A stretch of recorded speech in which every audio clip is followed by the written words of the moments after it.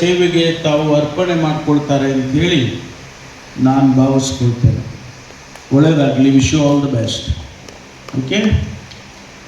ಮತ್ತು ಈ ಸಮಾರಂಭದಲ್ಲಿ ಸಾವಿರಾರು ಜನ ಅವರಿಗೆ ಶ್ರೇಯಸ್ಸನ್ನು ಬಯಸಿದಂಥವರು ಮತ್ತು ಈ ಕಾರ್ಯಕ್ರಮವನ್ನು ರೂಪಿಸೋದಕ್ಕೆ ಎಲ್ಲ ರೀತಿಯ ಸಹಕಾರವನ್ನು ಮಾಡಿದಂಥವರು ಅವರೆಲ್ಲರಿಗೂ ನಾನು ನನ್ನ ವೈಯಕ್ತಿಕವಾಗಿ ಅಭಿನಂದನೆಯನ್ನು ಸಲ್ಲಿಸ್ತೇನೆ. ಯಾಕೆ ಈ ಮಾತನ್ನು ಹೇಳ್ತಿದ್ದೇನೆ ಅಂದರೆ,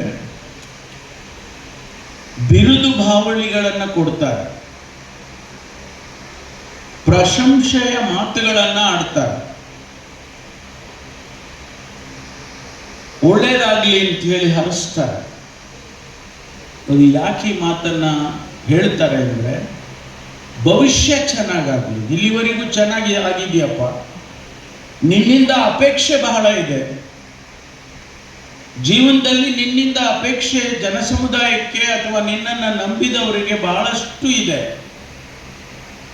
ಆ ದಾರಿಯಲ್ಲಿ ನೀನು ಯಶಸ್ಸು ಕಾಣಬೇಕು ಅಂತ ಹೇಳಿ ಒಳ್ಳೆಯದಾಗಲಿ ಅಂತ ಹೇಳ್ತಾರೆ.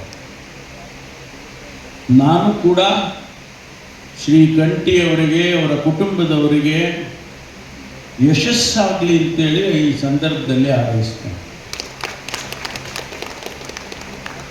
ನಾನು ನಮ್ಮಲ್ಲಿ ಸಿದ್ಧಗಂಗಾ ಮಠ ಇದೆ, ತುಮಕೂರಿನಲ್ಲಿ ಬಹಳಷ್ಟು ಪ್ರಖ್ಯಾತಿ, ಇಡೀ ನಮ್ಮ ರಾಜ್ಯದಲ್ಲಿ ದೇಶದಲ್ಲಿ ಪ್ರಖ್ಯಾತಿ ಆಗಿರ್ತಕ್ಕಂಥ ಪೂಜ್ಯ ಶಿವಕುಮಾರ ಸ್ವಾಮಿಗಳನ್ನು ಪ್ರಾರಂಭ ಮಾಡಿದ ಮಠ ಇದೆ. ಆ ಮಠದಲ್ಲಿ ನಾನೊಬ್ಬನೇ ಕಾಂಗ್ರೆಸ್ನವನು, ಎಲ್ಲರೂ BJPಯವರು ಮುಖ್ಯಮಂತ್ರಿ ಆದಿಯಾಗಿ ಬೊಮ್ಮಾಯಿಯವರು ಮುಖ್ಯಮಂತ್ರಿ, ಎಲ್ಲ ಸಚಿವರುಗಳು ಮತ್ತು ಸಂಸದರು ಎಲ್ಲರೂ BJPಯವರೇ, ನಾನೊಬ್ಬನೇ ಕಾಂಗ್ರೆಸ್ನವನು. ಆ ಕಾರ್ಯಕ್ರಮಕ್ಕೆ ಅಮಿತ್ ಶಾ ಅವರು ಗೃಹ ಮಂತ್ರಿಗಳು, ಕೇಂದ್ರದ ಗೃಹ ಮಂತ್ರಿಗಳು ಬಂದಿದ್ದರು. ಅಲ್ಲಿ ನನಗೆ ಮಾತನಾಡುವಾಗ ಯಡಿಯೂರಪ್ಪನವರ ಮಗ ಆ ಕಾರ್ಯಕ್ರಮದಲ್ಲಿ ಇದ್ದರು, ವಿಜಯೇಂದ್ರ, ಈಗಿನ BJPಯ ನಾಯಕ ಮತ್ತು ಅವರ ಅಧ್ಯಕ್ಷರು. ಭವಿಷ್ಯದ ನಾಯಕ ಅಂತ ಹೇಳಿಬಿಟ್ಟೆ, ಬಾಯಿ ತಪ್ಪಿ ಹೇಳಲಿಲ್ಲ, ನನ್ನ ಮನಸ್ಸಿಗೆ ಬಂದಿದ್ದನ್ನು ನಾನು ಭಾಷಣ ಮಾಡುವಾಗ ಭವಿಷ್ಯದ ನಾಯಕ ಅಂತ ಹೇಳಿದೆ. ಇವತ್ತವರು ರಾಜ್ಯದ ನಾಯಕನಾಗಿದ್ದಾರೆ. ಕೆಲವು ಸಂದರ್ಭದಲ್ಲಿ ನಾವು ಆಡುವ ಮಾತುಗಳು ಹೊಳ್ಳು ಆಗೋದಿಲ್ಲ, ಯಾಕಂದರೆ ಮನಸ್ಪೂರ್ವಕವಾಗಿ ಮಾತಾಡ್ತೇವೆ, ಅಭಿಮಾನದಿಂದ ಮಾತಾಡ್ತೇವೆ, ಹೃದಯದಿಂದ ಮಾತಾಡ್ತೇವೆ. ಹಾಗಾಗಿ ನಾನು ನಿನಗೆ ಭವಿಷ್ಯದ ನಾಯಕ ಅಂತ ಹೇಳಿಬಿಟ್ಟಿದ್ದೆ. ಯಾಕೆ ಹೇಳಿದ್ದೀನಿ ಗೊತ್ತಿಲ್ಲ ನನಗೆ, ನೀನೇನಾಗ್ತೀಯ ಅಂತಲೂ ಗೊತ್ತಿಲ್ಲ, ಆದರೆ ಭವಿಷ್ಯದಲ್ಲಿ ನಿನಗೆ ಉಜ್ವಲವಾಗಿದೆ ಅನ್ನೋದನ್ನು ಅಷ್ಟೇ ನಾನು ಹೇಳ್ತೀನಿ. ಯಾಕೆಂದರೆ ನಿನ್ನಂಥವರಿಂದ ಸಾವಿರಾರು ಜನರಿಗೆ, ಲಕ್ಷಾಂತರ ಜನರಿಗೆ ಸಹಾಯ ಆಗುತ್ತೆ. ಭಾಳ ಜನ ಸಹಾಯ ಮಾಡೋದಿಲ್ಲ, ಅವರು ಬೇರೆ ಬೇರೆ ರೀತಿಯಲ್ಲಿ ಇರ್ತಾರೆ, ರಾಜಕಾರಣದಲ್ಲಿ ಆಗಲಿ ಸಾರ್ವಜನಿಕ ಬದುಕಿನಲ್ಲಾಗಲಿ ಇರ್ತಾರೆ. ಆದರೆ ನಿನ್ನಂತಹ ತತ್ವಕ್ಕೆ ಅಂಟಿಕೊಂಡಂತಹ ಮನುಷ್ಯ, ನಾವೆಲ್ಲ ಒಂದು ಪ್ರಿನ್ಸಿಪಲ್ಸ್ ಅಂತ ಕರಿತೀವಿ ಜೀವನದಲ್ಲಿ, ನಮಗೆಲ್ಲ ಒಂದು ಪ್ರಿನ್ಸಿಪಲ್ ಇರಬೇಕು, ಸಿದ್ಧಾಂತ ಇರಬೇಕು, ತತ್ವ ಇರಬೇಕು. ಆ ತತ್ವಕ್ಕೆ ಸಿದ್ಧಾಂತಕ್ಕೆ ಅಂಟಿಕೊಂಡಿರೋನು ನೀನು. ಆದ್ದರಿಂದ ನಿನ್ನಿಂದ ಸಾವಿರಾರು ಜನರಿಗೆ, ಲಕ್ಷಾಂತರ ಜನರಿಗೆ ಸಹಾಯ ಆಗ್ತದೆ ಅಂತ ಹೇಳಿ ಭಾವಿಸ್ತೇನೆ. ಅದೇ ರೀತಿಯಲ್ಲಿ ಆ ಕಾರಣಕ್ಕೆ ನಿನಗೆ ಉಜ್ವಲವಾದ ಭವಿಷ್ಯ ಭಗವಂತ ಕೊಡಲಿ, ಆ ಸಿದ್ಧಾರ್ಥ ಬುದ್ಧ ನಿನಗೆ ಕೊಡಲಿ ಅಂತೇಳಿ ಹಾರೈಸ್ತೇನಪ್ಪ. ಇವತ್ತು ರಾಜಕಾರಣದಲ್ಲಿ ಒಂದು ರೀತಿಯಲ್ಲಿ ಕವಲು ದಾರಿಯಲ್ಲಿದ್ದೇವೆ. ನಾವೇನು ಮಾಡ್ತೇವೆ ಅಂತ ನಮಗೆ ಗೊತ್ತಿಲ್ಲ. ಬಾಬಾ ಸಾಹೇಬ್ ಅಂಬೇಡ್ಕರ್ ಅವರು ಸಂವಿಧಾನವನ್ನು ಕೊಡುವಂಥ ಸಂದರ್ಭದಲ್ಲಿ ಬಹಳ ಅಧ್ಯಯನ ಮಾಡಿದ್ದಾರೆ. ಈ ದೇಶದ ಲಕ್ಷಾಂತರ ಸಮಸ್ಯೆಗಳಿಗೆ ಬಹಳ ಅಧ್ಯಯನ ಮಾಡಿದ್ದಾರೆ. ಮತ್ತು ಆ ಸಂವಿಧಾನದಲ್ಲಿ ಉತ್ತರಗಳನ್ನು ಕೊಟ್ಟಿದ್ದಾರೆ. ಅವರು ಇಂಗ್ಲೆಂಡ್ನಲ್ಲಿ ಕಿಂಗ್ಸ್ ಕಾಲೇಜ್ನಲ್ಲಿ ಇರುವಂಥ ಸಂದರ್ಭದಲ್ಲಿ ಅವರು ವ್ಯಾಸಂಗ ಮಾಡುವಾಗ, ನಾನು ಇಂಗ್ಲೆಂಡಿಗೆ ಹೋದಾಗ ಅವರು ಹಿಡ್ಕೊಂಡಿದ್ದಂಥ ಮನೆಗೆ ಹೋಗಿದ್ದೆ. ಮನೆ ಅಂದರೆ 10 ಅಡಿ ಒಂದು ರೂಮು ಅಷ್ಟೇ, ಅದೇ ಮನೆ, ಅದರಲ್ಲೇ ಒಂದು ಬಾತ್ರೂಮ್. ಅಂತಹ ಮನೆ, ಆ ಮನೆ ಅಂದರೆ ಆ ರೂಮ್ನಲ್ಲಿ ಇದ್ಕೊಂಡು ಪ್ರತಿನಿತ್ಯ ಅದೆಷ್ಟೋ ಕಿಲೋಮೀಟರ್ ಟ್ರೈನ್ನಲ್ಲಿ ಹೋಗಿ ವ್ಯಾಸಂಗ ಮಾಡಿ ತನ್ನ ಜನರ ಬದುಕಿನ ಬಗ್ಗೆ ಯೋಚನೆ ಮಾಡಿದ್ದಾರೆ. ಅನೇಕ ನಾಯಕರುಗಳು ಜನರ ಬದುಕಿನ ಬಗ್ಗೆ ಮಾತಾಡಲ್ಲ, ಅವ್ರ ಬದುಕಿನ ಬಗ್ಗೆ ನೋಡ್ಕೊಳ್ತಾರೆ. ಬಾಬಾ ಸಾಹೇಬ್ ಅಂಬೇಡ್ಕರ್ ಅವರು ಅಂದಿನ ಕಾಲಘಟ್ಟಕ್ಕೆ ಇಡೀ ವಿಶ್ವದಲ್ಲಿ ಅತ್ಯಂತ ಹೆಚ್ಚು ವಿದ್ಯಾವಂತರಾಗಿದ್ದಂಥ 6 ಜನರಲ್ಲಿ ಅವರೊಬ್ಬರು. ಇಡೀ ವಿಶ್ವದಲ್ಲಿ. ಅದನ್ನು ನಾವು ಹೇಳಿದ್ದಲ್ಲ, ಪಾಶ್ಚಿಮಾತ್ಯರು ಹೇಳಿರ್ತಕ್ಕಂಥ ಮಾತು. ಅಂದಿನ ಕಾಲಘಟ್ಟಕ್ಕೆ ಬಾಬಾ ಸಾಹೇಬ್ ಅಂಬೇಡ್ಕರ್ ಅವರು ಪ್ರಪಂಚದ 6 ಜನ ಅತ್ಯಂತ ಪ್ರಭಾವಿ ವಿದ್ಯಾವಂತರಲ್ಲಿ ಅವರೊಬ್ಬರು. ಅವರಿಗೆ ಒಂದೇ ಆಸೆ, ದುಂಡು ಮೇಜಿನ ಪರಿಷತ್ತಿನಲ್ಲಿ ಹೇಳ್ತಾರೆ, ನನ್ನ ಜನ ನೋವು ಉಣ್ತಾ ಇದ್ದಾರೆ, ನನ್ನ ಜನ ಅವಮಾನಕ್ಕೊಳಗಾಗಿದ್ದಾರೆ, ನನ್ನ ಜನ ಹಸಿವಿನಿಂದ ಸಾಯ್ತಾ ಇದ್ದಾರೆ, ನನ್ನ ಜನ ಕಾನೂನಿನ ರಕ್ಷಣೆ ಇಲ್ಲದೆ ಪ್ರತಿನಿತ್ಯ ಸಾಯ್ತಾ ಇದ್ದಾರೆ ಭಾರತದಲ್ಲಿ. ಇದರ ರಕ್ಷಣೆ ನನಗೆ ಆಗಬೇಕು.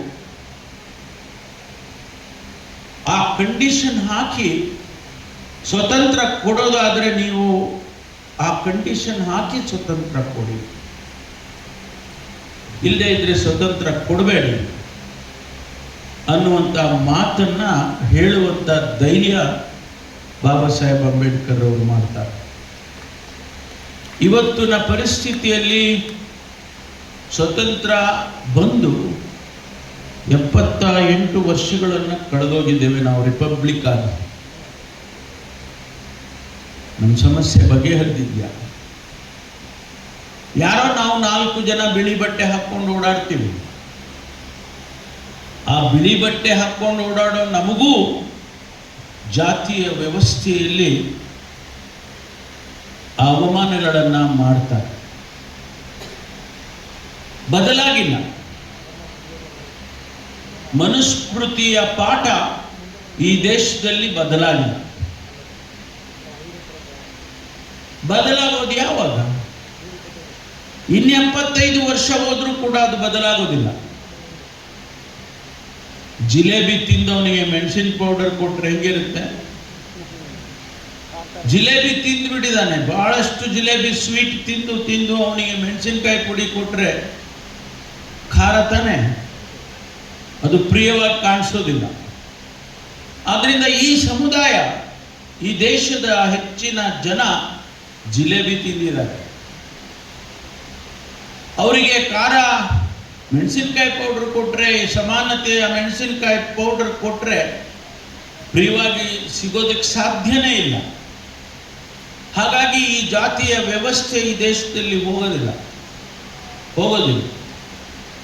ನನಗೆ ಸಂಪೂರ್ಣವಾದ ವಿಶ್ವಾಸ, ನಂಬಿಕೆ ಅದರ ಬಗ್ಗೆ ಇದೆ. ಹೋಗೋದಿಲ್ಲ. ಈ ನೋವು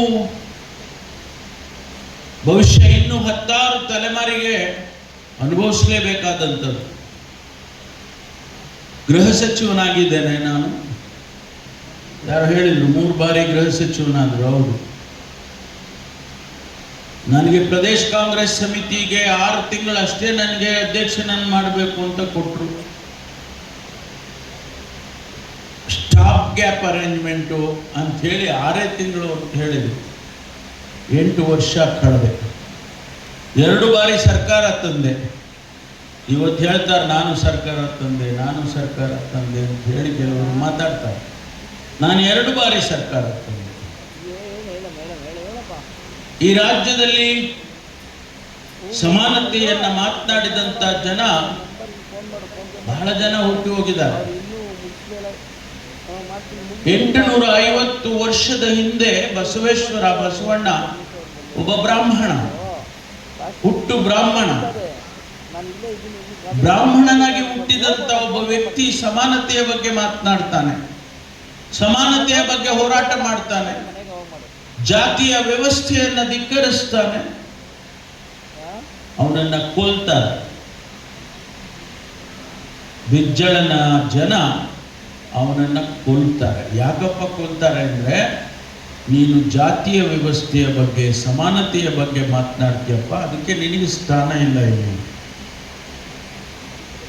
ಮತ್ತೊಬ್ಬ ಬಸವಣ್ಣ ಏನು ಹುಟ್ಟೋದಿಲ್ಲ ಇಲ್ಲಿ. ಈ ನಾಡಿನಲ್ಲಿ ಮತ್ತೊಬ್ಬ ಬಸವಣ್ಣ ಹುಟ್ಟೋದಿಲ್ಲ. ಬಸವಣ್ಣನಿನ್ನೂ ಹೆಚ್ಚು ಪ್ರತಿಪಾದನೆ ಮಾಡಿದಂತ ಜನ ಯಾರೂ ಇಲ್ಲ ಈ ದೇಶದಲ್ಲಿ. ಬುದ್ಧನನ್ನ ಬಿಟ್ರೆ ಬಸವಣ್ಣ, ಆಮೇಲೆ ಅನಂತರ ಅಂಬೇಡ್ಕರ್ ಅಷ್ಟೇ. ಬಹಳ ಜನ ದಾರ್ಶನಿಕರು ಬಂದು ಹೋಗಿದ್ದಾರೆ, ಆದರೆ ಸಮಾನತೆಯನ್ನ, ಜಾತೀಯತೆಯನ್ನ ತೊಡೆದು ಹಾಕುವಂತ ರೀತಿಯಲ್ಲಿ ಯಾರು ಕ್ರಮ ಮಾಡಲಿಲ್ಲ. ಅದಕ್ಕಾಗಿ ಇವತ್ತು ಈ ದೇಶದಲ್ಲಿ ಭವಿಷ್ಯ ಆಗಿರಬೇಕು. ಬಾಬಾ ಸಾಹೇಬ್ ಅಂಬೇಡ್ಕರ್ ಹೇಳಿದ್ರು, educate yourself or you will perish. If you don't educate yourself you will perish. ನಾನು ಆಸ್ಟ್ರೇಲಿಯಾದಲ್ಲಿ 5 ವರ್ಷ ಓದಿದೆ, ಡಾಕ್ಟರೇಟ್ ಅಲ್ಲೇ ಮಾಡ್ಕೊಂಡು ಬಂದೆ.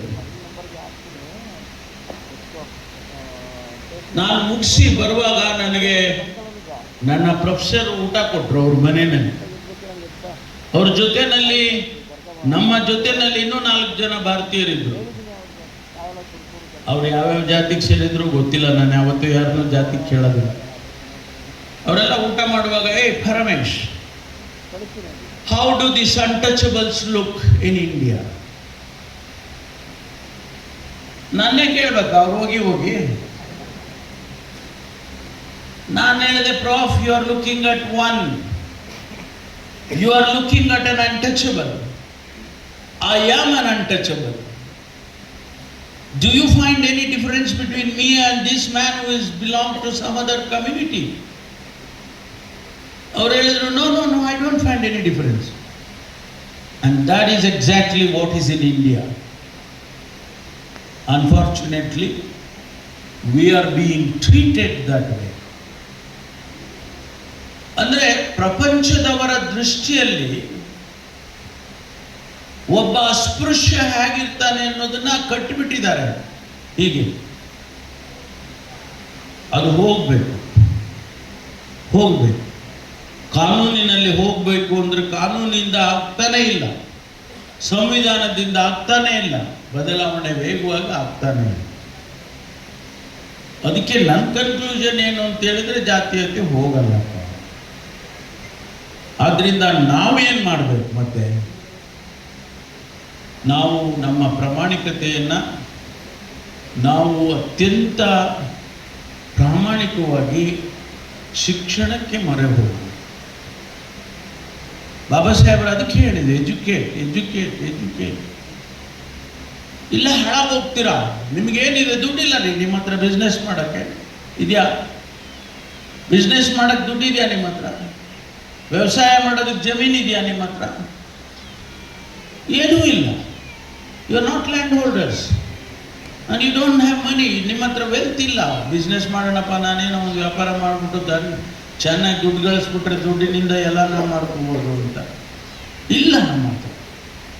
ಏನಪ್ಪ ಮಾಡ್ಬೋದು ಅಂದರೆ, ವಿದ್ಯಾವಂತರಾಗಿ ಈ ಸಮಾಜಕ್ಕೆ, ಈ ದೇಶಕ್ಕೆ ನಾವು ನಮ್ಮ ಕೊಡುಗೆಯನ್ನು ಕೊಡೋದ್ರ ಮೂಲಕ ನಾವು ಬದಲಾಗ್ಬೋದು, ದೇಶಕ್ಕೆ, ಸಮಾಜನೂ ಬದಲಾಗ್ಬೋದು.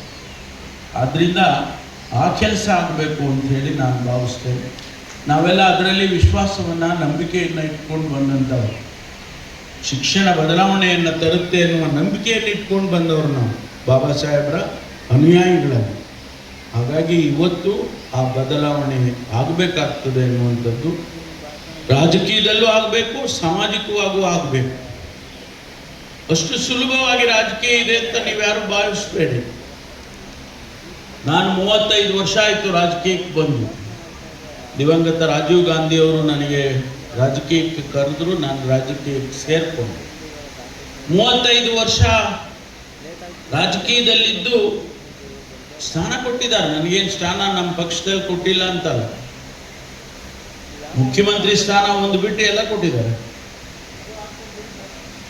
ಆದರೆ ನನಗೆ ಆ ಅವಮಾನದ ಸಂಕೇತ ಇದೆಯಲ್ಲ, ಅದು ಹೋಗ್ಬೇಕಲ್ಲ.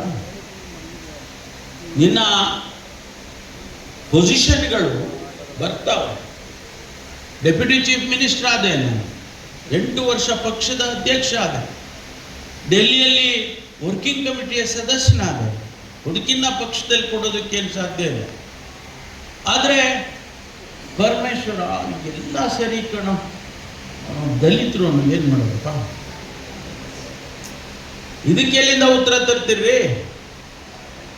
ಕಂಟಿ ಎಲ್ಲ ಸರಿ, ಒಳ್ಳೆ ಆಡಳಿತಗಾರ, ಜಿಲ್ಲಾ ಪಂಚಾಯಿತಿ ಅಧ್ಯಕ್ಷನಾಗಿ ಬಹಳ ಉತ್ತಮವಾದ ಕೆಲಸ ಮಾಡಿದ್ದಾನೆ. ನನ್ನ ಹತ್ರನೇ ಹೇಳಿದ್ದಾರೆ, ಏನು ಮಾಡೋದು ಸರ್, ಜಾತಿ ಆಟ ಬಂದ್ಬಿಡ್ತದ ಅವನಿಗೆ. ಇದಕ್ಕೆ ಎಲ್ಲಿಂದ ಔಷಧಿ ತರೋದು ನಾವು? ಯಾವ ಸೊಪ್ಪು ಹಾಕ್ಬೇಕು ಶ್ರೀಕಾಂತ್? ಯಾವ ಸೊಪ್ಪು ತತ್ತಿ ಹೇಳಪ್ಪ? ಆದ್ರಿಂದ ನಮ್ಮ ಹೋರಾಟ ಇದರ ವಿರುದ್ಧ ಆಗಬೇಕು. ನಮ್ಮ ಹೋರಾಟ ಈ ಅವಮಾನಗಳ ವಿರುದ್ಧ ಹೋರಾಟ ಆಗಬೇಕು ಅನ್ನೋದೇ ನಾನು ಯಾವತ್ತೂ ಹೇಳುವಂಥದ್ದು. ಹಾಗಾಗಿ ಇವತ್ತು ಕಂಠಿಯ 50 ಒಂದು ನಿಮಿತ್ತ ಅಷ್ಟೇ, ಇಟ್ಸ್ ಓನ್ಲಿ ಎನ್ ಎಕ್ಸ್ಕ್ಯೂಸ್. ಇದರ ಪ್ರಯುಕ್ತ ಒಂದು ಸಂದೇಶ ಇಡೀ ನಾಡಿಗೆ ಹೋಗಬೇಕು ಅಂಥೇಳಿ ನಾನು ಅಂದ್ಕೊಂಡಿದ್ದೆ. ಆದರೆ ನಾನು ಸಮಯಕ್ಕೆ ಸರಿಯಾಗಿ ಬರದೆ ನಮ್ಮ ಈ ಸಂದೇಶಗಳು ಹೊರಗಡೆ ಹೋಗೋದಕ್ಕೆ ಕಷ್ಟ. ಹಾಗಾಗಿ ಮತ್ತೊಂದು ದಿವಸ ಕಾರ್ಯಕ್ರಮವನ್ನು ಮಂಡ್ಯದಲ್ಲೋ ಮೈಸೂರಿನಲ್ಲೋ ಎಲ್ಲೋ ಮಾಡೋಣ. ನಾವೆಲ್ಲ ಸಂಘಟಿತರಾಗ್ತಕ್ಕಂಥದ್ದು ಅವಶ್ಯಕತೆ ಇದೆ ಅಂಥೇಳಿ ನಾನು ಈ ಸಂದರ್ಭದಲ್ಲಿ ಹೇಳ್ತಾ, ನಾನು ಎಲ್ಲೋ ಒಂದು ಕಡೆ ಹೇಳಿದೆ, ನೋಡಪ್ಪ, ನೀವು ತಂದೆ ತಾಯಿಗಳು ಒಂದೊತ್ತು ಊಟ ಬಿಟ್ಟುಬಿಡಿ, ನೀವೇನು ಸತ್ತೋಗೋದಿಲ್ಲ. ಒಂದೊತ್ತು ಊಟ ಬಿಟ್ಟರೆ ಸಾಯ್ತಾರ? ಆ ಮಕ್ಕಳನ್ನು ವಿದ್ಯಾವಂತರನ್ನಾಗಿ ಮಾಡಿ, ಮಕ್ಕಳನ್ನು ವಿದ್ಯಾವಂತರನ್ನು ಮಾಡಿ, ಸತ್ತೋಗಲ್ಲ ನೀವು. ಒಂದೊತ್ತು ಬಿಟ್ಬಿಡಿ, ಪರ ಇಲ್ಲ, ದುಡ್ಡು ಉಳಿಸಿ. ಆದರೆ ನೀವು ಆ ಮಕ್ಕಳನ್ನು ವಿದ್ಯಾವಂತರನ್ನು ಮಾಡಿ, ಅವನು ಇಂಜಿನಿಯರು, ಡಾಕ್ಟರು, ಮತ್ತೊಬ್ಬನು ಏನೋ ಒಂದು ಆದರೆ ಅವನ ಜೀವನ ಬದಲಾವಣೆ ಆಗುತ್ತೆ ಮೊದಲನೇದಾಗಿ. ಆನಂತರ ಬೇರೆಯವರಿಗೂ ಕೂಡ ಅವನು ಸಹಾಯ ಮಾಡೋದಕ್ಕೆ ಅಥವಾ ಅವನಿಂದ ಏನಾಗುತ್ತೋ ಅದನ್ನು ಮಾಡ್ತಾನೆ, ಸಮಾಜಕ್ಕಾಗಿ ದುಡಿತಾನೆ. ಅದಕ್ಕಾಗಿ ಆ ಕೆಲಸ ಆಗಬೇಕು ಅಂಥೇಳಿ ನಾನು ಭಾವಿಸ್ಕೊಳ್ತೇನೆ. ಕಂಠಿ ನಾನು ಹೇಳ್ದಂಗೆ ಭವಿಷ್ಯದ ನಾಯಕ, ಮುಂದೆ ಉಜ್ವಲವಾದ ಭವಿಷ್ಯ ಇದೆ. ಅದರ ಸಾಕಾರ ಮಾಡ್ತಕ್ಕಂಥದ್ದು ನಿಮ್ಮೆಲ್ಲರ ನಮ್ಮೆಲ್ಲರ ಕೈನಲ್ಲಿ ಇದೆ ಅಂಥೇಳಿ ನಾನು ಭಾವಿಸ್ಕೊಂಡು, ಮತ್ತೊಂದು ಬಾರಿ ನಾನು ಸಾಮಾನ್ಯವಾಗಿ ನಾನು ಅರ್ಧ ಗಂಟೆ ನನ್ನ ಮೇಲೆ ಲೇಟಾಗಿ ಹೋಗೋದಿಲ್ಲ ಯಾವ ಕಾರ್ಯಕ್ರಮ. ಅರ್ಧ ಗಂಟೆ ಮ್ಯಾಕ್ಸಿಮಮ್, ಅದು ರೇರು. ಆದರೆ ಇವತ್ತು 4 ಗಂಟೆನೋ ಏನೋ ಲೇಟಾಗಿ ಬಂದಿದ್ದೀನಿ. 4 ಗಂಟೆ ಲೇಟಾಗಿ ಬಂದ್ಬಿಟ್ಟಿದ್ದೀನಿ. ಇದಕ್ಕಿನ್ನ ಇದು ಸರಿ ಇಲ್ಲ. ಆದ್ದರಿಂದ ಕ್ಷಮೆ ಇರಲಿ ಅಂತಕ್ಕಂಥ ಮಾತನ್ನು ಈ ಸಂದರ್ಭದಲ್ಲಿ ತಮಗೆಲ್ಲರಿಗೂ ಹೇಳಿ, ಸಾಕು, ಇಷ್ಟು ಜನ ಬೇಕಾದಷ್ಟಾಯ್ತು. ನೀವು ಈ ಸುದ್ದಿ ತೊಗೊಂಡು ಹೋದರೆ ಬೇಕಾದಷ್ಟಾಗುತ್ತೆ. ಆದ್ದರಿಂದ ಸಂಖ್ಯೆ ಮುಖ್ಯ ಅಲ್ಲ, ನೀವೆಲ್ಲರೂ ಎಷ್ಟು ಹೊತ್ತು ಕಾಯ್ದಿದ್ದೀರಿ. ಹಾಗಾಗಿ ನಿಮಗೂ ಕೂಡ ಶುಭವಾಗಲಿ. ಹೊಸ ವರ್ಷ ಬಂದಿದೆ. 2,000ಕ್ಕೂ ಹೆಚ್ಚು ಜನ ಇವತ್ತು ಇದ್ದರು ಬೆಳಗ್ಗೆಯಿಂದ. ಅವರೆಲ್ಲ ಪ್ರಜ್ಞಾವಂತರು, ಯಾರೋ ಸುಮ್ಮನೆ ಬಂದವರಂಥವ್ರಲ್ಲ. ಅವರು ಕಂಠಿಯ ಒಂದು ಅಭಿಮಾನಿಗಳಾಗಿ ಬಂದು ಹೋಗಿದ್ದಾರೆ. ನಿಮಗೆಲ್ಲರಿಗೂ ಒಳ್ಳೆಯದಾಗಲಿ ಅಂತೇಳಿ ನಾನು ಭಾವಿಸ್ತೇನೆ. ಸಂಘಟಿತರು ಯಾರ್ಯಾರು ತಾವೆಲ್ಲ ಈ ಸಂಘಟನೆಯಲ್ಲಿ, ಈ ಕಾರ್ಯಕ್ರಮದ ಸಂಘಟನೆಯಲ್ಲಿ ಭಾಗಿಯಾಗಿದ್ರಿ, ನಿಜಕ್ಕೂ ಕೂಡ ಭಾಳ ಒಳ್ಳೆಯ ಕೆಲಸವನ್ನು ಮಾಡಿದ್ದೀರಿ. ರಾಜಣ್ಣ ಪರಮಖಂದ ಅಂಥೇಳಿ ಪುಸ್ತಕ ಬರೆದಿದ್ದಾರೆ, ಒಳ್ಳೆ ಕಾಂಪೋಸಿಷನ್ ಆಯಿತಾ. ಮತ್ತು ಎಲ್ಲರೂ ಕೂಡ ಭಾಳ ಅಲ್ಲಿ ಬರೆದಂಥ ಆರ್ಟಿಕಲ್ಸ್ಗಳು ಬರೆದಂಥವ್ರು ಎಲ್ಲರೂ ಭಾಳ ಚೆನ್ನಾಗಿ ಬರೆದಿದ್ದಾರೆ. ನಾನು ಸುಮ್ಮನೆ ಗ್ಲ್ಯಾನ್ಸ್ ಮಾಡಿದೆ, ನಂತರ ಓದ್ತೀನಿ. ಏನೇನು ಬರೆದಿದ್ದಾರೆ ಅಂತೇಳಿ. ಹಾಗಾಗಿ ಪುಸ್ತಕ ಕೂಡ ಭಾಳ ಸುಂದರವಾಗಿ ಬಂದಿದೆ, ಭಾಳ ಚೆನ್ನಾಗಿದೆ. ಒಳ್ಳೆಯದಾಗಲಿ ಅಂಥೇಳಿ ನಾನು ತಮಗೆಲ್ಲ ಹೇಳಿ ನನಗೆ ಅವಕಾಶ ಕೊಟ್ಟಿದ್ದಕ್ಕಾಗಿ ತಮಗೆಲ್ಲರಿಗೂ ಕೂಡ ವಂದಿಸಿ ನಾನು ಮಾತು ಮುಗಿಸ್ತೇನೆ. ಜೈ ಹಿಂದ್, ಜೈ ಕರ್ನಾಟಕ, ಜೈ ಭೀಮ್.